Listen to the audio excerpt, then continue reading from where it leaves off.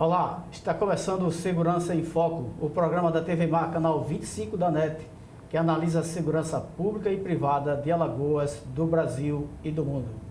Hoje, os nossos convidados são o delegado de Polícia Civil, Tiago Prado, especialista em crimes cibernéticos e direito do Estado, e o advogado criminalista Leonardo Moraes, secretário-geral da OAB Alagoas.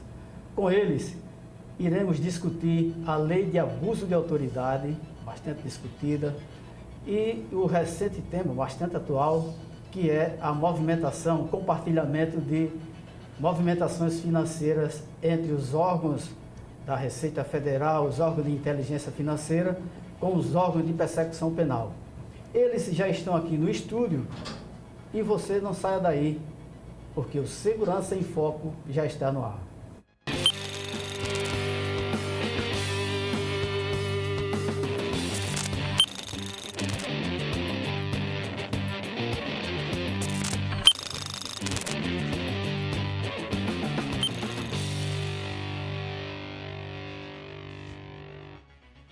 O Segurança em Foco está começando, programa que é transmitido ao vivo pelo canal 25 da NET, pelo portal Gazeta Web e pelas nossas redes sociais. Hoje temos a grata satisfação de receber aqui no estúdio o advogado criminalista Dr. Leonardo Moraes e o delegado de Polícia Civil Tiago Prado, especialista em crimes cibernéticos e direito do Estado. Ontem os senhores discutiram abuso de autoridade em uma mesa redonda em Arapiraca, evento que contou com a participação do juiz federal Rosmar Rodrigues, também delegado de Polícia Civil Everton Gonçalves e a advogada Júlia Nunes. Então vamos continuar com esse debate aqui que está bastante vivo com os senhores. Bom dia, doutor Leonardo. Bom dia, doutor Tiago. Agradecer pela presença dos senhores. O evento terminou bastante tarde e estar presente aqui foi um grande esforço dos senhores, com a agenda apertada que vocês têm. Bom dia. Eu vou começar com o delegado Tiago Prado. Doutor Tiago, o senhor acredita que o senhor defende que deveria haver essa atualização da lei de abuso de autoridade? Bom dia, doutor Flávio. É uma grande satisfação estar aqui mais uma vez, né? Dessa vez aqui do lado do doutor Leonardo, né? Estávamos ontem, como o senhor disse, debatendo mais uma vez a lei de abuso de autoridades. Doutor Flávio, a gente tem que observar o porquê dessa lei, né? Se observarmos bem, ela foi criada tão somente com o intuito aí de coibir a Operação Lava Jato, né? Claro que houve excesso na Operação Lava Jato, mas esses excessos estavam sendo praticados e estavam indo de encontro a interesses de parlamentares, né? Senadores, deputados federais, ex-presidentes da República, dentre outros cargos de alto escalão do nosso poder. Então, o que é que ocorre? Essas pessoas nunca saíram da zona de conforto e, pela primeira vez na história, estavam, sim, sendo investigados, sendo presos, tendo aí o sigilo devassado. Com isso, buscou um mecanismo para tentar frear a investigação, frear ali a Polícia Federal e o Ministério Público Federal que estavam aí encabeçando, né, a Operação Lava Jato. Daí surgiu a ideia de atualizar a lei de abuso de autoridade, que na realidade já existe há muito tempo, lá desde a época da ditadura, quando ela foi implementada. Se haveria necessidade ou não de termos ali algumas modificações é questionável. Entretanto, a quantidade de condutas típicas que foram estabelecidas nessa nova lei, que sim, sem sombra de dúvida, é abusiva, é desnecessária sob o ponto de vista até mesmo do princípio da intervenção mínima do direito penal. Doutor Leonardo. Bom dia, doutor Flávio, agradecer mais uma vez o convite, né, de estar aqui. Doutor Tiago Prado, nós estivemos ontem num debate com muita gente, muitos alunos, enfim. É até importante falar um pouco sobre esse debate, porque ele envolve atores da justiça, né, que fazem parte de mundos diferentes. Claro, todos nós buscamos o mesmo objetivo, mas o delegado de polícia tem uma visão, o advogado, o juiz, como foi de ontem, o juiz federal. Enfim, foi um debate muito rico, porque envolveu posições diferentes de órgãos distintos que trabalham então com direito. Acerca do tema do abuso de autoridade, claro que existe um contexto importante para saber como surgiu essa lei. E a lei que vigora hoje é a Lei 4898/65. Então, já existe uma lei de abuso de autoridade que vigora há 54 anos.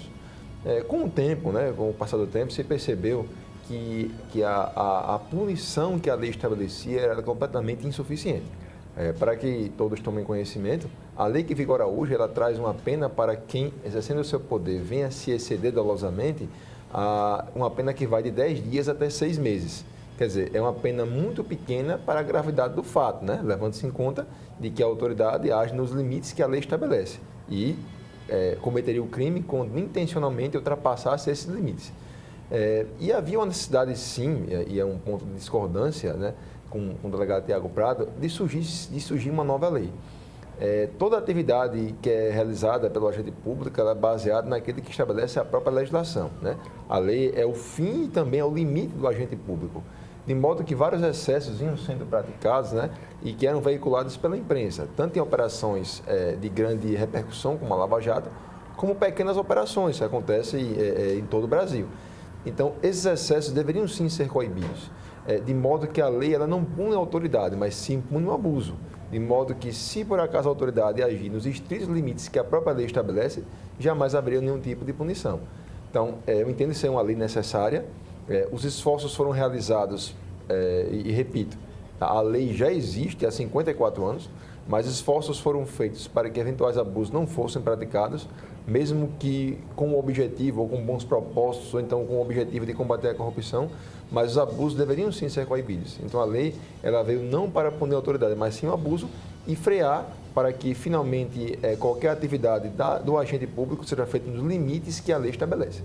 Você identifica esses freios que a lei teve como objetivo isso?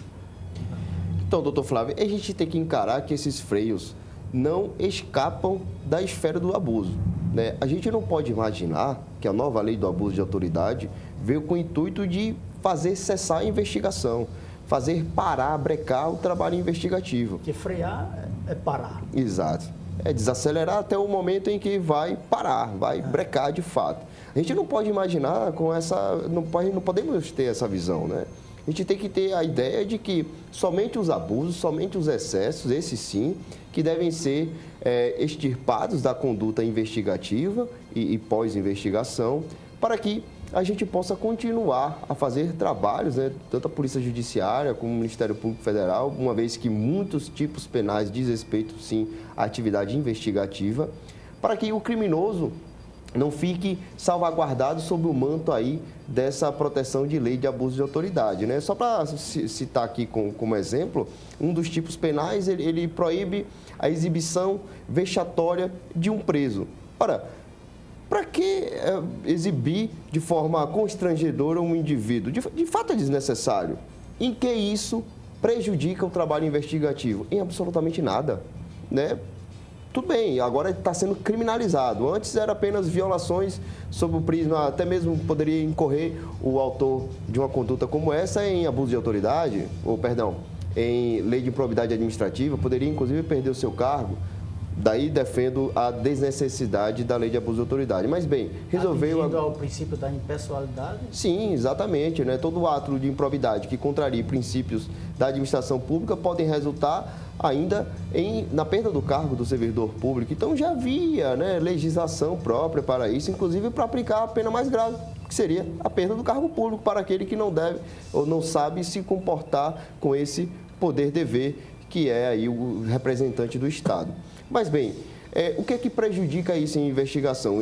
Agora ser crime exibir um preso de forma vexatória? Em absolutamente nada. Então outros tipos penais também vão no mesmo caminho, a gente pode aí pontuar outros, né, ao longo do debate, mas que não deve temer, não deve se temer a lei de abuso de autoridade. Deve-se sim se qualificar, se profissionalizar. A polícia tem que evoluir, né? A gente tem que sair daquela polícia antiga, aquela polícia de pessoas com baixo nível de qualificação. A gente tem que estudar mais, se qualificar, né? Lutar para que... Exato, lutar para que tenham mais concursos públicos, para que a polícia, sim, se qualifique, se profissionalize e apresente um produto ainda melhor, que é o seu inquérito policial a ser levado aí para o Ministério Público e para o Poder Judiciário. Que pontos o senhor define assim como importantíssimos nessa lei que você disse, não, essa lei agora veio para melhorar o trabalho do advogado, dos operadores de direito? Só para esclarecer, a questão que foi falada sobre freios, seriam freios em relação ao abuso, né? Ninguém, nem mesmo o maior criminoso, né, ele é contra que as investigações sejam bem-sucedidas e que se consiga um resultado, né? Que se consiga levar indícios mínimos ao Ministério Público, enfim, servir como esse filtro para saber se há indícios ou não contra a pessoa, ou se não há indício nenhum. Então, os freios seriam em relação ao abuso, não à investigação nem à atividade de persecução penal. Mas, olha, doutor Flávio, observando os tipos penais, né, todos aqueles que foram aprovados, que foram vetados e depois derrubados pelo Congresso Nacional, para essa lei que vai entrar em vigor somente no dia 5 de janeiro, ela não entrou em vigor até agora, somente dia 5 de janeiro, quando se passa o olhar pelos tipos penais que existem hoje, se percebe que ela em nada, como disse o próprio delegado Tiago Prado, em nada ela atrapalha as investigações policiais. Nem tampouco prejudica a atividade de persecução penal do Ministério Público, nem tampouco prejudica a atividade do juiz que não quer combater a corrupção, ele quer somente julgar, né? Essa é a função básica do julgador. Mas existem regras mínimas que deveriam ser tipificadas, né? Há uma evolução social, né, que se busca a atividade do agente público nos limites que a lei estabelece e existe nessa evolução alguns excessos que eram praticados. Um exemplo, e até comentei em outros, foi a questão da condução coercitiva, que busca conduzir coercivamente uma testemunha ou a vítima a comparecer à delegacia de polícia ou à audiência, né, ou perante o órgão do Poder Judiciário, para prestar um depoimento. Se ela for notificada e injustificadamente faltar, ela pode ser conduzida coercitivamente. E a lei também estabelece que é possível a condução coercitiva, inclusive do investigado ou então do suspeito, o que foi modificado pelo Supremo Tribunal Federal. Afinal, um suspeito não pode ser conduzido coercitivamente, quando chegar na hora ele tem o direito de ficar em silêncio. Seria algo que seria até incoerente, iria de encontro, né, a um direito fundamental, a uma obrigação de alguém ser conduzido de forma obrigatória. Nossa. Mas, em muitos casos, essa mega exposição ela era praticada. E usava-se isso foi colocado entre aspas, pela Operação Lava Jato, como técnica de investigação, ser feita uma condução coercitiva para que aquela pessoa que vai ser levada à polícia não tivesse tempo de ter acesso aos autos do inquérito policial, conversar com seu advogado, enfim, se preparar para um depoimento. E aí você subverteu toda a lógica do objetivo da condução coercitiva. É uma forma de abuso. E tantos outros exemplos, estou aqui até com a própria lei aberta, que outras mostravam que também se concretiza como abuso de autoridade o fato de você colocar homem e mulher na mesma cela. E tem casos, como aconteceu em Belém, em São Paulo, de mulheres que foram colocadas na cela com os homens e foram estupradas. Menor. Então, há questões que se mereciam abuso. Claro, há leis que merecem discussão. A gente estava até ouvindo ontem no Dr. Rosmar falando sobre alguns elementos normativos do tipo, como injustificadamente, né? Quer dizer, são frases que trazem um conceito muito amplo, o que pode então modificar o princípio da legalidade na esfera da taxatividade. Essas expressões amplas, ambíguas, podem trazer uma insegurança jurídica de modo que o investigador não vai saber o que pode e o que não pode fazer. Realmente é possível que haja poucas modificações. Sem motivação, né? Isso. Mas quando isso? Quando ocorrerá a falta de motivo? O subjetivo, né? Então, esse espectro é muito perigoso para o operador do direito. O senhor concorda com a necessidade, da desnecessidade da condução coercitiva? Doutor Flávio, uma das maiores ferramentas de investigação que temos é o efeito surpresa, né? Isso é ponto. Razão pela qual, inclusive, o inquérito policial é sigiloso, né? Uma vez que a gente constitui provas, vai avançando na investigação até o ponto de chegar ao interrogatório de um indivíduo.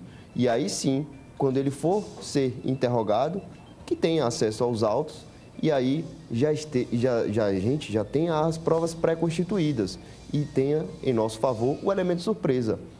Pois se assim não for, ele consegue coagir testemunhas a não prestar depoimentos, a não revelar a verdade, desfazer crimes que outrora cometeram. Isso é praxe, né? Quando o investigado descobre, no início de uma investigação criminal que está sendo investigado, há sempre o trabalho de desconstruir tudo aquilo, todo aquele rastro de crime que ele deixou.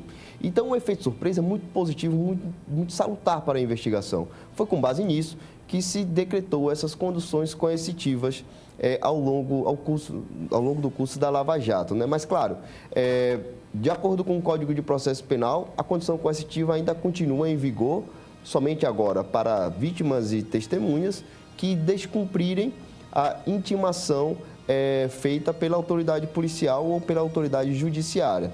Na segunda vez, elas podem, ainda assim, serem conduzidas coercitivamente para prestar depoimento, uma vez que o interesse ali não é do delegado, nem do juiz, nem de promotor. O interesse ali é do Estado, de esclarecer uma infração penal que, veja só, é de ação penal pública incondicionada. Então, o interesse estatal da sociedade de ver um indivíduo que infringiu a lei penal ser punido. Eu acho que atrapalhei o senhor no seu raciocínio anterior. Não. De qualquer forma, a surpresa ela é importante, né, nas investigações, ninguém vai discutir jamais essa temática, né, essa técnica, né? Mas, como eu disse, existem leis que servem para frear algumas atividades. Por mais que o elemento de surpresa seja importante, como acontece, por exemplo, com a busca e apreensão. O delegado representa o juiz para ser feita uma busca e apreensão, o promotor de justiça dá um parecer geralmente favorável, o juiz determina então que seja feita uma busca e apreensão e, claro, vai na casa da pessoa às 5 da manhã. Ninguém vai avisar, vai ser feita uma busca e apreensão na sua casa amanhã. Da mesma forma, uma prisão preventiva, né? Ninguém vai avisar, você vai ser preso preventivamente amanhã. Quer dizer, o risco é muito grande de a pessoa chegar e se evadir. Ineficaz, né? Isso. Mas a questão da condução coercitiva, o fim seria o quê? A importância do depoimento que é prestado. Você vai ser conduzido aqui coercitivamente porque o seu depoimento, ele interessa não ao seu aspecto subjetivo, mas se interessa à investigação ou então interessa à solução do processo penal. Então, é um interesse que ultrapassa a esfera individual da testemunha. Por isso que há a condução coercitiva para que obriga a pessoa a prestar um depoimento que é relevante. E tanto é que, como consequência, caso a pessoa compareça e omita ou cala a verdade, ela responderá por falso testemunho. Então, não seria o objetivo da condução coercitiva servir como técnica de investigação. Por isso que agora que vai ser transformado em crime de abuso de autoridade a partir do dia 5 de janeiro desse mês, de 2020, né? Enfim, estou aqui com vários tipos penais que revelam que não existem excessos que vêm sendo falados aí pela imprensa, né? Enfim, por alguns autores judiciais, alegando que essa lei seria então capaz de trazer um recuo muito grande às investigações e às persecuções penais. As pessoas costumam adjetivar de forma assim, precipitada. Eu vejo muitas condutas aqui tipificadas desnecessárias. Por exemplo, o senhor tem mais de 5 anos como delegado, o senhor deixou de comunicar à família num prazo maior do que 24 horas, de dar nota de culpa à pessoa que está presa? Isso é extremamente necessário nos tempos atuais, né? Eu acredito desnecessário. Pois é, doutor Flávio, incorre mais uma vez em dispositivos que são desnecessários sob o ponto de vista da intervenção mínima, da subsidiariedade, né? Existem outros elementos que já poderiam corrigir, coibir essas condutas. Por exemplo, a própria prisão do indivíduo é relaxada se ela não for comunicada aos seus familiares dentro do prazo de 24 horas. A infração disciplinar, que se pode punir o servidor público que não faça o cumprimento da lei, pode ele, se caso tenha feito essa conduta com interesse próprio, ser responsabilizado pela lei de improbidade administrativa, na corregedoria de polícia. Então, existiam outros mecanismos para regulamentar. Não precisava de criar um dispositivo penal, ou seja, aquele que é a última ratio no sistema, no nosso ordenamento jurídico, né? Outro dispositivo que foi criado foi proceder em interrogatório de preso durante o repouso noturno, exceto quando for caso de prisão em flagrante. Olha, qual o objetivo disso? Né? É proibir que a polícia trabalhe noturnamente? De forma alguma, né? Somente o intuito é coibir que um preso que já estava preso, detido e não no momento da prisão em flagrante, seja mais uma vez interrogado sem a presença do seu causídico ali, de forma inóspita. Então, são esses dispositivos que já existiam outras formas de corrigir, de repreender a conduta abusiva, mas que agora viraram crime, a meu ver, de forma desnecessária, de forma assim excessiva, sob o ponto de vista da subsidiariedade do direito penal. doutor Leonardo?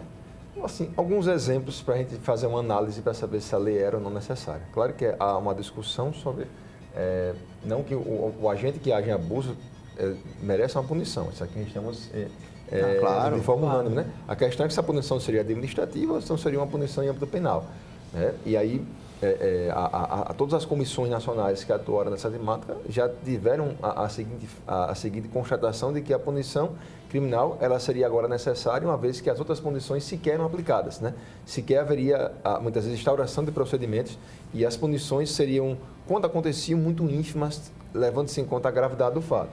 Mas, olha, ele fala aqui, artigo 25, proceder à obtenção de prova em procedimento de investigação ou fiscalização por meio manifestamente ilícito.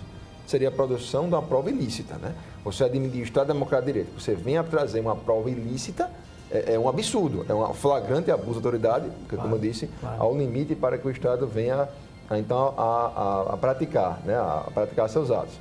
Outro, prestar informação falsa sobre procedimento judicial, policial, fiscal, etc., com o fim de prejudicar interesse de investigado. Quer dizer, você como autoridade vai prestar uma informação falsa, muitas vezes pela imprensa, com o fim de prejudicar a pessoa que está sendo investigada. É um flagrante abuso. Quer dizer, são diversos... É uma conduta prevista na improbidade. Só pontuar esse dispositivo, doutor, que esse dispositivo é interessante do seu ponto de vista. Vejam a seguinte situação. Represento pela prisão preventiva de um investigado. Chega o seu causídico na delegacia e pergunta se pesa contra ele algum pedido de prisão. Olha que imbróglio. Ou eu presto uma informação falsa, ou eu violo o sigilo funcional. E aí, como sanar? A sorte é que o artigo 1º tem a salvaguarda. Só será típica a conduta quando você tiver o interesse próprio na causa, estiver agindo por mero capricho ou satisfação pessoal, ou com interesse de prejudicar a outra, né? Não sendo assim, ainda cabendo aí a divergência na interpretação da lei, em todas essas situações não será conduta típica. Mas entre os próprios dispositivos gera um imbróglio, o ordenamento normativo como todo. A gente não pode esquecer que o artigo 20 do Código de Processo Penal estabelece o sigilo do inquérito policial. Então a gente tem que fazer uma interpretação harmônica das coisas. Né? Se formos focar tão somente no dispositivo de lei, da lei de abuso de autoridade, né, de forma isolada, com certeza ocorrerá na interpretação equivocada da norma. Né? Felizmente houve o levantamento do problema, ao mesmo tempo a solução. Né? A lei mesmo no artigo 1º, parágrafo 1º, diz que o dolo para essa prática tem que ser um dolo específico. Né? Até porque a gente sabe que já é conhecida as condições que a polícia trabalha, a falta de efetivo, a falta de equipamentos e estrutura, né? Isso já é conhecido. Mas o dolo ele é importante. Então, se você agir com o objetivo, como disse o doutor Tiago Prado, né? De prejudicar outrem, ou trazer benefício próprio, ou mero capricho ou satisfação pessoal. Só nesses casos haveria o crime. Então, se um advogado comparecer ao delegado de polícia para dizer, a gente precisa saber informações sobre o nosso cliente, para saber se ele se encontra ou não se encontra preso. Ele falou assim, eu não tenho essa informação ainda, né? Então, em tese, ele deu uma informação falsa ou então omitiu a verdade nesse momento. Mas o fim não é prejudicar uma pessoa, nem prejudicar outra e nem trazer benefício a si mesmo, né? Nem tampouco o mero capricho de satisfação pessoal. Ao contrário, o fim é concretizar, né? Tornar mais eficaz uma atividade policial que se refere à prisão de alguém que é uma prisão necessária, alguém que começou a destruir provas, né? Então, sempre bom estabelecer essa filtragem. Na verdade, a lei traz o abuso quando aquelas pessoas, de forma inescrupulosa, de forma intencional, ela quer prejudicar alguém. Seja através de uma mega exposição da imagem de quem está sendo investigado, já que a investigação é secreta, salvo para o advogado, em procedimentos que são sigilosos, advogado com procuração. E que não há sigilo absoluto, advogado mesmo sem procuração vai ter acesso aos autos. Mas ele é sigiloso o processo. Então, o fato de você verbalizar alguma informação deve sempre ter colocado em consonância dos objetivos que traz a lei da abuso de autoridade e também o objetivo de transparência, né? O inquérito num todo é um procedimento sigiloso. Temos ainda, dentro desse processo que já é sigiloso, dados que têm um maior grau de sigilo. Essa condição que a lei dá ao advogado, né, que já dava, mas hoje está mais explicitada, o do advogado acessar essas informações, vai gerar mais incidentes entre advogados e delegados, os investigadores, advogados e promotores? O senhor prevê isso? como eu disse, doutor, a divergência na interpretação da norma não constitui crime. Portanto, a gente tem sempre que prezar, né? Claro, o delegado sempre vai prezar pela eficácia da investigação criminal, pouco importa se vai culminar no indiciamento ou não. Isso é um ponto. Inclusive, vários inquéritos já foram concluídos na minha delegacia com um pedido de arquivamento, porque não foram construídos elementos probatórios suficientes. Do outro lado, claro, o advogado sempre vai estar ali tentando buscar elementos para formular a defesa do seu cliente.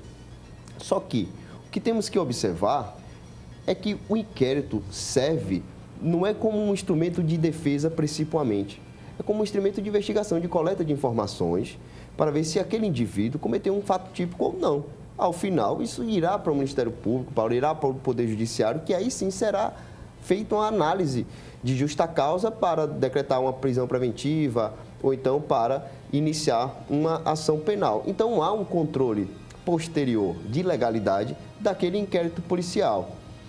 O que vai demandar da autoridade policial, a partir de agora, como eu disse, é uma qualificação a mais, né? É uma profissionalização maior. Está sigiloso o inquérito, há necessidade de manter sigilo. Prestou depoimento uma testemunha que referiu mais 4 testemunhas. Essas testemunhas, o interrogado, o investigado, tiver conhecimento que elas serão ouvidas, evidentemente vão prejudicar o trabalho investigativo. Então, há necessidade de manter o sigilo, uma vez que existem diligências sigilosas ainda pendentes. Então, ocorre o pedido do advogado de acesso aos autos, certifica. É certificar que foi pedido para o advogado no dia tal hora, entretanto, foi negado o acesso aos autos por necessidade de manter o feito ainda em sigilo. Não há problema. O que temos que fazer é, como eu disse, profissionalizar, documentar para que não ocorra nenhum prejuízo no tramitar da investigação. Na ambientação atual, seria esse disciplinamento vem em boa hora, doutor Leonardo? Sobre a relação do acesso do advogado aos autos, a todas as informações? Uma coisa que a gente sempre comenta é que direito a gente não se discute muito, né? É interessante que a norma sempre traga regras claras para que a gente não haja divergência de interpretação. Hoje, como tudo se fala em interpretação, muitas vezes se quer não interpretar a lei, mas sim se reescrever a lei, né? E o acesso aos autos do inquérito policial é um direito do investigado que é feito por seu defensor. O inquérito é sigiloso no sentido de divulgação à população, que isso pode realmente estragar uma investigação que poderia ser bem sucedida, mas não é sigiloso ao investigado. Então, se tiver um inquérito policial que está tramitando, o advogado, mesmo sem procuração do céu, quer ter acesso aos autos do inquérito policial, é direito do advogado, e ele vai ter acesso. E aí poderia haver o crime de abuso de autoridade. Se, por acaso, o inquérito for sigiloso, 17ª Vara, por exemplo, organizações criminosas, é um sigilo, e o advogado com procuração quiser acesso aos autos do inquérito policial, ele também vai ter acesso. Por quê? Porque a atividade probatória, ela incuta ao Estado. E quando você faz a comparação entre acusação e defesa, a acusação ela é absolutamente desproporcional em prol da atividade estatal. De um lado está a Polícia Civil, que é preparada, está muitas vezes em conjunto com a Polícia Militar. Eu já soube até casos de agentes penitenciários que atuam junto com policiais civis, guardas municipais fazendo batidas na rua, andando armados. Há uma união, muitas vezes, com o órgão de persecução penal, que é com o Ministério Público. O acesso é muito mais fácil ao juiz. Qualquer informação passada pela imprensa, ela vai divulgar. E quem está do outro lado? Um advogado. E só tem um único instrumento, que é a própria lei, que estabelece para eles algumas garantias. Então, a negativa de acesso do advogado aos autos do inquérito policial não pode ser negada, sob nenhuma perspectiva. E eu creio que com todo esse poderio que tem o Estado, dos seus mais diversos órgãos, com todas as garantias possíveis ao seu trabalho, eu acho que seria desnecessário você dizer, negar o acesso aos autos do inquérito policial, uma vez que, se por acaso o investigado procurar alguma testemunha, essa conduta de tentar influenciar o seu depoimento pode ser sim crime. Mas só para deixar claro, doutor, claro, Flávio, o fato de alguém procurar uma testemunha, procurar saber o que ela sabe, não é crime. O crime é você coagir a testemunha a não falar, ou então você trazer uma obstrução de justiça. Vamos evoluir para outro assunto? Ainda acesso a dados sigilosos. o STF está julgando o compartilhamento de informações financeiras de COAF, Receita Federal e que tais nas investigações. Qual o posicionamento do senhor sobre isso, doutor Tiago? Doutor, se debateu ali que, na realidade, os órgãos de investigação, Ministério Público, Polícia Civil, Polícia Federal, estavam iniciando investigações com relatórios de inteligência financeira, chamado RIFs, antes elaborados pelo COAF, agora pela Unidade de Inteligência Financeira. Só que é uma inverdade. De fato, quando a gente solicitava um relatório de inteligência financeira, a gente já tinha que enviar ao próprio COAF a capa de um procedimento investigatório em curso e a capa da portaria, que estava ali estabelecendo que foi iniciada a investigação preliminar ou mesmo um inquérito policial para apurar supostas infrações penais, enfim, ali elencadas. O que está o Supremo dizendo é que estava ocorrendo o contrário, mas não é. O relatório de inteligência financeira, ou TROCIN, não era uma quebra de sigilo fiscal nem bancário. O relatório de inteligência financeira apenas apontava que determinado sujeito investigado, formalmente sendo investigado em um procedimento, tinha movimentações financeiras atípicas. Ou seja, ele nunca efetuou nenhuma movimentação financeira de grande vulto. Entretanto, nos últimos 5 meses passou a efetuar grandes saques de altas quantias. Então, quando a gente associa esses apontamentos do relatório de inteligência financeira ao nosso trabalho investigativo, que a gente casa, ou seja, olha, nesse período que ele fez esses altos saques, enfim, essa grande movimentação financeira atípica, foi justamente quando ele iniciou o tráfico de drogas, ou então quando ele passou a ter uma empreiteira que começou a contratar com diversas prefeituras do interior do estado. Então era muito salutar, sabe, você concatenar um relatório de inteligência financeira com outras provas, até porque o relatório de inteligência financeira, por si só, é insuficiente para provar absolutamente nada. Mas, doutor Tiago, nesse caso, o senhor tem uma investigação e vai buscar esse elemento de prova. Isso. Quando o órgão de inteligência financeira ele se obriga a informar essas movimentações não estranhas, estranhas à regularidade do cliente, do investigado, isso não é um caminho inverso? É chamada notificação compulsória. Eu também não vejo, a meu ver, problema algum. Uma vez que se há um indicativo de crime, por que não iniciar uma investigação? Se há um indicativo de que, olha, o sujeito não exerce trabalho algum, não tem profissão definida, nunca teve movimentação financeira na vida e, do nada, comprou, aí vem as notificações compulsórias. Uma imobiliária comunicou ao COAF que ele comprou um apartamento com R$500 mil em espécie. Uma concessionária comunicou ao COAF que ele comprou uma Mercedes no valor de R$150 mil em espécie. Como não investigar isso? Como não iniciar uma investigação de um fato como esse? Extremamente suspeito, de um indivíduo que nunca teve movimentação financeira na vida. Então, é totalmente normal, é aceitável que sim se investigue o que ocorreu.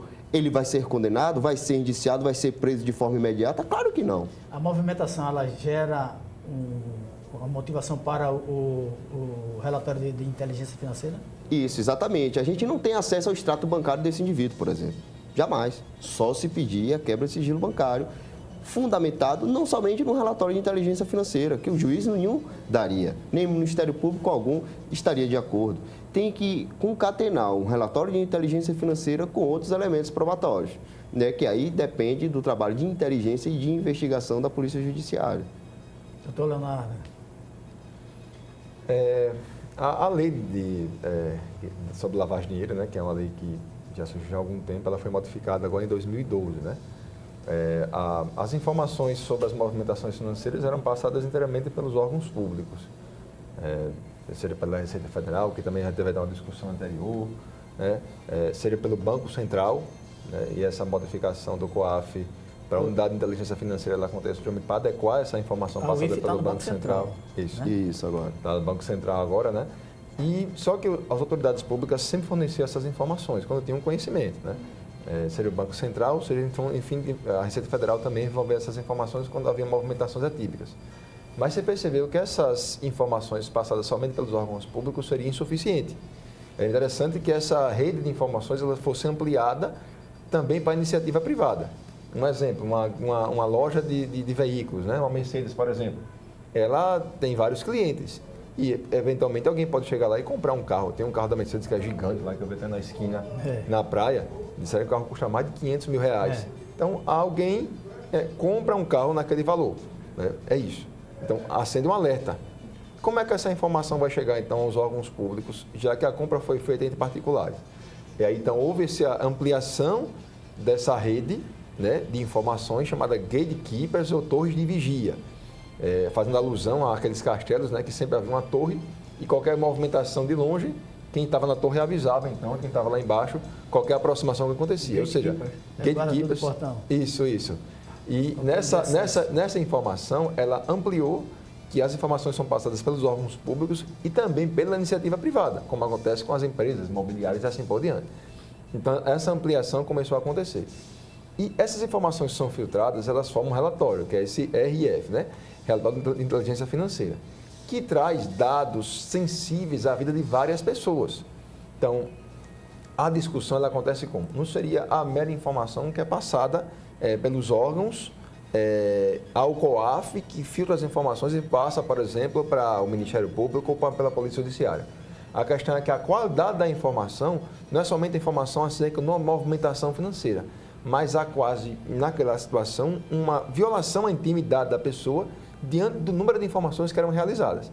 Então, havia informações que eram passadas, que eram objetivas, e outras que eram um pouco mais detalhadas. E havia uma dúvida no âmbito da jurisprudência para saber o seguinte: a informação passada sobre o sigilo bancário de alguém, o sigilo fiscal, depende de autorização judicial. E logo, a informação passada pela COAF, também que envolve uma devassa na vida de alguém, também merecia anteriormente uma autorização judicial. Esse foi o motivo, então, da suspensão das investigações que está sendo julgada, que, sinceramente, eu acredito que vai ser derrubada a decisão do Dias Toffoli e vai se permitir essa comunicação. Mas é sempre importante, doutor Flávio, ver as questões com um pouco mais de cuidado. Em que sentido, né? Os órgãos de persecução penal fazem, então, as investigações, seja a polícia, seja o Ministério Público, através do PIC, Procedimento Investigatório Criminal. Mas o tamanho da investigação que pode ser feita, ou a devassa que pode ser feita com simples comunicação, ela pode se revelar uma violação à intimidade. Ora, se para a análise ou a vistoria da minha movimentação financeira, bancária, depende de ordem judicial, por que não também aconteceria a mesma ordem judicial como garantia à intimidade, também o acesso dessas informações pelos órgãos de persecução penal? Então, essa é a discussão. Né? É a discussão básica. Eu acho que o Toffoli já mudou. Eu acho que tem que ser observada de acordo. Mudou não, né? Sinceramente, eu não entendi muito o voto do Toffoli. É difícil. Eu acho que nem ele já definiu. Na segunda terá outra interpretação. Então, tem que observar, eu acho que tem que se fixar pelo Supremo Tribunal Federal na decisão as situações um pouco mais objetivas para saber quando há ou não violação à intimidade. Mas as simples informações da atividade financeira é a atividade que a própria lei estabelece. A questão é o tamanho ou a profundidade das informações que são passadas. Que seria basicamente o imposto de renda, né, e o sigilo bancário. As compras hoje, a pessoa comprar algo com dinheiro à vista é muito difícil, né? É muito difícil. Tem até um fato que a gente vai estar pensando em levar a polícia judiciária de alguém que comprou uma casa por 600 mil reais em dinheiro, alegando que sempre gosta de comprar as coisas à vista em dinheiro. E sem lastro probatório, sem lastro financeiro para isso, né? Então, são situações estranhas que merecem sim ser investigadas. E é justamente isso que o COAF faz. O COAF não apresenta em relatório, o antigo COAF, né? Qualquer movimentação, sabe, doutor? Elas são movimentações atípicas. O senhor falou, o indivíduo comprou uma Mercedes por 500 mil reais. Se observa-se que não é atípica, porque ele tinha uma movimentação financeira vultosa ao longo de toda a vida, isso não vai para um relatório, jamais iria para o RIF. Senão, todo mundo que comprasse essa Mercedes iria constar no RIF e iria para a polícia, para o Ministério Público. Não é assim, é somente as movimentações financeiras atípicas de um indivíduo que, poxa, como o senhor mesmo falou, retratou agora, um indivíduo que chegou lá com 600 mil reais para comprar um imóvel, talvez desconheça alguma atividade lícita, enfim, de trabalho dele, e aí gera uma suspeita. Como não iniciar uma investigação criminal? E é isso que a gente tem que se debruçar mais, doutor Flávio. A polícia hoje deve deixar mais de lado esses pequenos traficantes, esses pequenos furtadores, larápios, e investir mais nesse tipo de crime, que é o crime que mais causa lesão. Segue o dinheiro. Exatamente, segue o dinheiro. Vamos deixar esse traficante pequeno de lado, vamos ver onde é que ele depositou essa quantia em espécie oriunda do tráfico de drogas. Foi na sua própria conta ou foi na conta do fornecedor?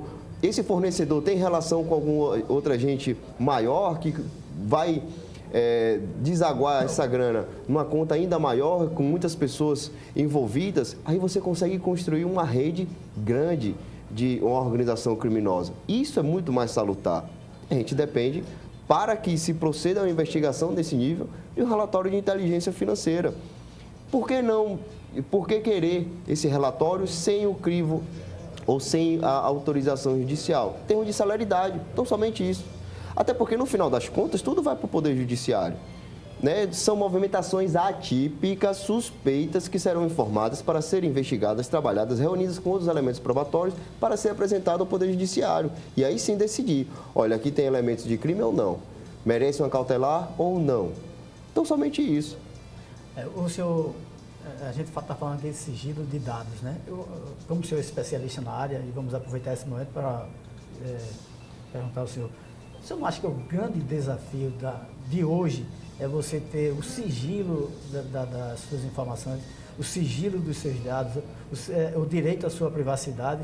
Porque quando a gente bota o CPF na nota fiscal, que está comprando um remédio, isso significa que você está informando esses dados também. Esses dados são de interesse de um plano de saúde, né? Se você está tomando um remédio para uma doença terminal, enfim. Então, esses bancos de dados interessam. E como proteger esses dados de forma que mantenha essa privacidade? Se todo o tempo a gente está dando informações, comprando, como cartão, né, o cartão de crédito. A gente não usa dinheiro. Hoje todo o dinheiro plástico. O ideal é limitar sempre, né, doutor Flávio?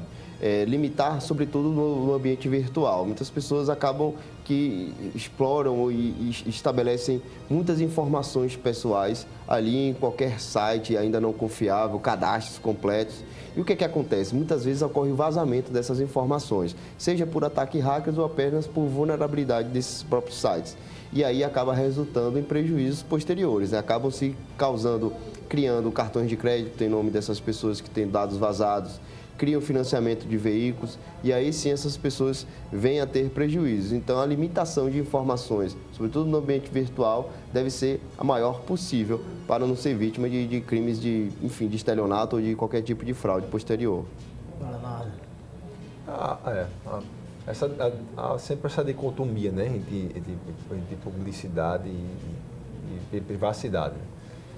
E uma coisa que eu vejo um pouco perigosa, claro, não é a questão da atividade do COAF, que ela foi fundamental, né? No que se refere à macrocriminalidade, as únicas formas de se conseguir essas informações seria através justamente dessa rede, né? Isso. E as informações que o COAF vem eventualmente a passar não significa que são provas. Ela somente vai acender um sinal. Isso. Né? É uma movimentação atípica. Há uma movimentação financeira diferente, vai ser levada então à autoridade e vai investigar. Né?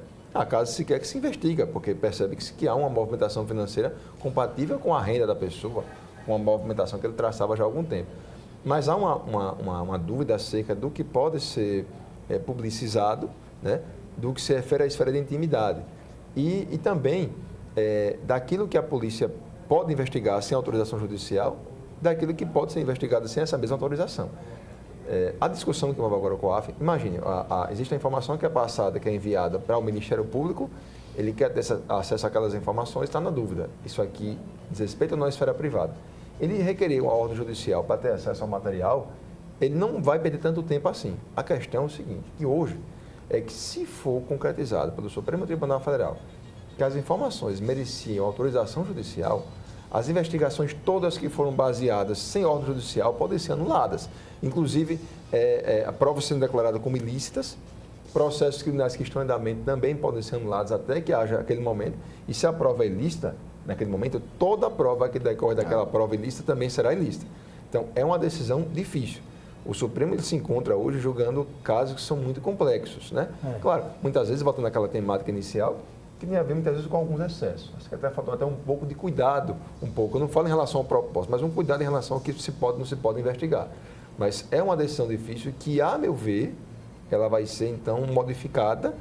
Em que sentido? Para fazer a modulação para dizer que as informações, algumas, podem ser repassadas sem ordem judicial, outras com ordem judicial, só que aplicando o efeito para frente, né? Chamado ex nunc, né? Para frente, não retroativamente. O que é que o senhor vislumbra lá do STF? Então, doutor Flávio, a gente espera que realmente o COAF continue elaborando relatórios de inteligência financeira, né?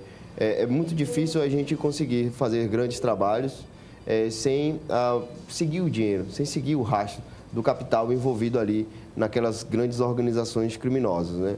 Muitas vezes a gente fica limitado ao acesso com um pedido judicial, né? Por mais que vá sair a decisão, mas um retardo de às vezes 15, 30 dias demora sobremaneira a investigação criminal. Nesse tempo, o crime já mudou, as contas já foram modificadas, os telefones também já foram modificados. Então, o que se quer não é violar a intimidade de uma pessoa, é eficácia na medida investigativa. E para a gente ter eficácia, a gente precisa ter celeridade na colheita de prova. Essa é a razão pela qual a gente espera, com muito vigor, de que o relatório de inteligência financeira continue sendo elaborado na forma que era. E é um elemento de investigação imprescindível, né? Nós teremos mais aqui um tema que surgiu ontem, que o presidente Bolsonaro enviou o projeto de lei sobre a excludente de ilicitude nas operações de garantia da lei e da ordem. O que é que o senhor acha disso, doutor Leonardo? É difícil, porque não há sistema perfeito, né? Se a gente fala numa ditadura, se fala em uma democracia, se fala em semi-democracia, etc., sempre é um sistema que possui falhas e possui virtudes, né? O Estado Democrático de Direito também possui falhas. E existe uma dicotomia, né? Quanto mais segurança, menos liberdade. E quanto mais liberdade, pode ser que haja menos segurança. Mas é importante que não se tragam regras que, de alguma forma, possam levar amanhã a uma certa dicotomia. Claro que é um governo novo, né, que veio aí com uma legitimidade, foi democraticamente eleito, né, mas existe uma questão de empurrar, né, de forma, acho que meio que excessiva, algumas regras que, no caso concreto, podem trazer grandes prejuízos, sobretudo as populações que são aquelas mais pobres e mais vulneráveis. A lei já estabelece a legítima defesa, né, e que a pessoa pergunta, peraí, o policial está obrigado a esperar alguém atirar para atirar? Não é isso, não é isso. Se alguém vai fazer alguma incursão e recebe tiro de volta, ela vai reagir. Essa reação é legítima defesa. O que se fala é a execução. Houve um caso recente no Rio de Janeiro de que um rapaz vinha com a sua família, que era um músico, e levou, se não me engano, mais de 80 disparos de arma de fogo.